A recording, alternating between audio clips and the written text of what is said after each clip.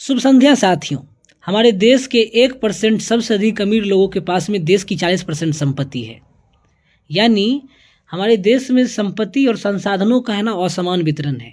ये जो लोगों की आय की असमानता है, इसी चीज़ को दिखाता है लॉरेंज वक्र और गिनी गुणांक।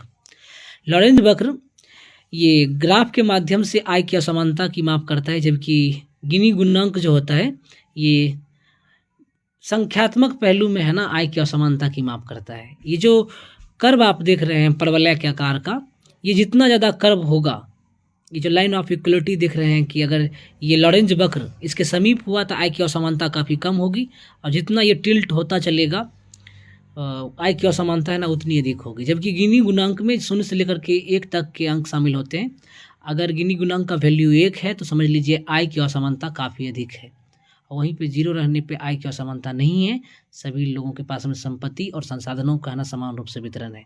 तो उम्मीद है कि आप समझ चुके होंगे कि आपकी आमदनी 3 लाख रुपये से कम है तो आपको टैक्स पे करने की ज़रूरत नहीं है। लेकिन अगर आप 3 लाख से 7 लाख के बीच कमाते हैं तो 5% दीजिए, 7 लाख से 10 लाख के बीच कमाते हैं तो 10% दीजिए, 10 से 12 के बीच कमाते हैं तो 15% दीजिए, 12 से 15 कमाते हैं तो 20% दीजिए, और 15 से अधिक कमाते हैं तो 30% दीजिए। यानी जितना अधिक आप कमाएंगे उतना अधिक टैक्स पे करना पड़ेगा आपको। इसी वजह से भारतीय अरबपति लोग जो है ना इंडिया को छोड़ करके टैक्स हेवन कंट्री जैसे सिंगापुर जैसे देशों में बसना प्रीफर करते हैं। अब इसी चीज़ से संबंधित है एक लॉफर वक्र। अब देख लीजिए, सरकार को रेवेन्यू अधिक चाहिए तो क्या सरकार टैक्स की रेट को बढ़ा दे? मतलब सरकार अगर कर की दर को बढ़ा दे तो क्या रेवेन्यू यानी राजस्व यानी सरकार की जो आमदनी होती है वो बढ़ जाएगी? एक सीमा तक ही बढ़ेगी, उसके बाद है ना घटना शुरू हो जाएगा। यानी जब टैक्स रेट में बढ़ोतरी होती है तो एक सीमा तक ही टैक्स रेवेन्यू की है ना वृद्धि होती है, सरकार के राजस्व की वृद्धि होती है। उससे अधिक आप ले जाएंगे टैक्स रेट को तो लोग पे नहीं कर पाएंगे, लोग टैक्स चोरी करना शुरू कर देंगे, तो सरकार का जो टैक्स रेवेन्यू है ना वो घट जाएगा। और इसी चीज़ को बताता है क्या लॉफर वक्र। इससे लॉफर तो सभी लोग होते हैं, तो लॉफर वक्र क्या है उसे आप समझ गए होंगे। Thank you. जब सामानों के दाम बढ़ जाएं तो उस स्थिति को इन्फ्लेशन यानी मुद्रास्फीति कहते हैं। दैनिक बोलचाल की भाषा में उसे महंगाई भी कहते हैं। जब किसी अर्थव्यवस्था में मुद्रा की तरलता काफ़ी अधिक हो जाती है, जब किसी अर्थव्यवस्था में मुद्रा की तरलता काफ़ी अधिक हो जाती है तो लोगों के पास में रुपया पैसा आ जाता है, तब महंगाई बढ़ती है। एज्यूम कीजिए कि किसी दुकानदार के पास में है ना 5 kg प्याज है और वो 5 ही लोगों को बेचा करते थे, लेकिन मुद्रा की तरलता अधिक होने की वजह से लोगों के पास में आमदनी है, रुपया पैसा है, तब उस प्याज को खरीदने के लिए 5 लोग नहीं बल्कि 10 लोग जाएंगे, तो प्याज के दाम जो है ना स्वतः बढ़ जाएंगे।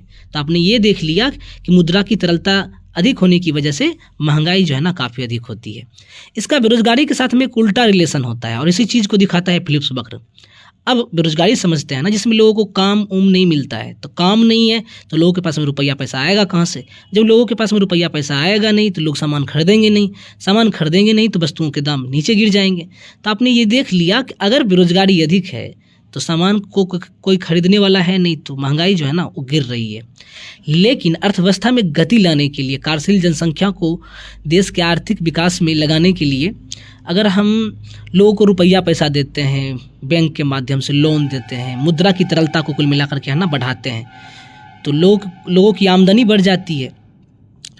लोग हो सकता है कि लोन लेकर के कोई दूसरा उद्यम शुरू कर ले या मोबाइल खरीदें।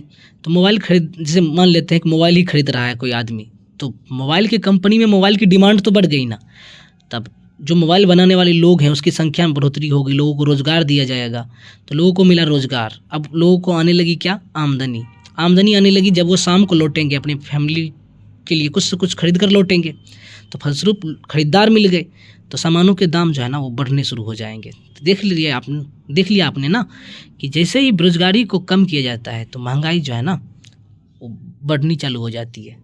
इसी चीज़ को दिखाता है फिलिप्स वक्र। उम्मीद करते हैं कि आप मेरी बातों को है ना समझ चुके हैं।